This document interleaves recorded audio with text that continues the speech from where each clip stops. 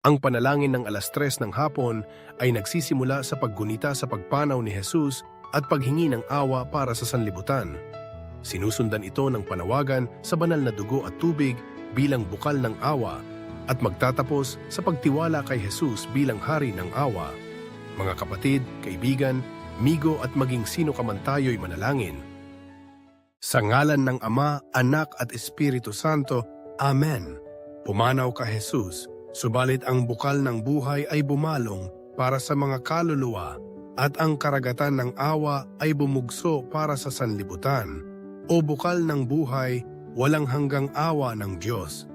Yakapin mo ang sangkatauhan at ibuhos mong ganap ang iyong sarili para sa aming lahat, o banal na dugo at tubig na dumaloy mula sa puso ni Jesus bilang bukal ng awa para sa aming lahat, kami ay nananalig.